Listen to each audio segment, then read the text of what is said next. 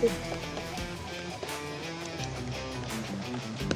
Ako'y mandirigma, may agimat sa lakas ng Diyos, di kayang sindakin. Kahit anong sumpa, kulam o barang sa R72, di mo ko kayang ang tawag sa ganito? Yung bilog. papaswerte sa negosyo, Primer. sa malas.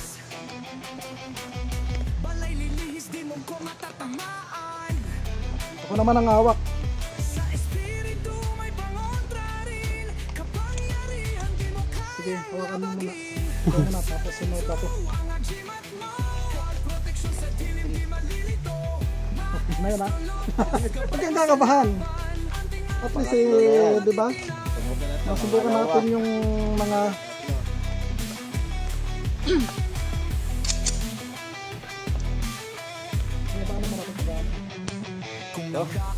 Ibay talaga.